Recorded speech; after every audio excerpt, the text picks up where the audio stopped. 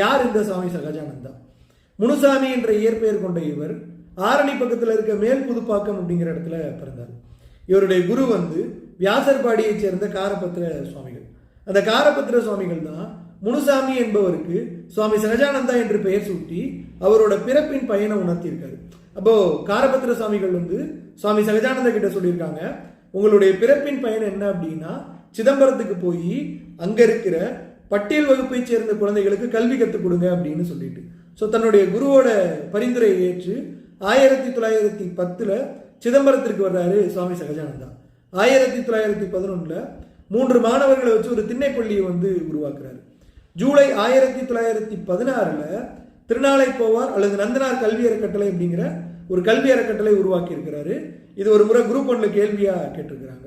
இந்த கல்வி அறக்கட்டளைக்கு ஆண்கள் விடுதி, பெண்கள் விடுதி எல்லாம் துவங்கி இருக்கிறாரு.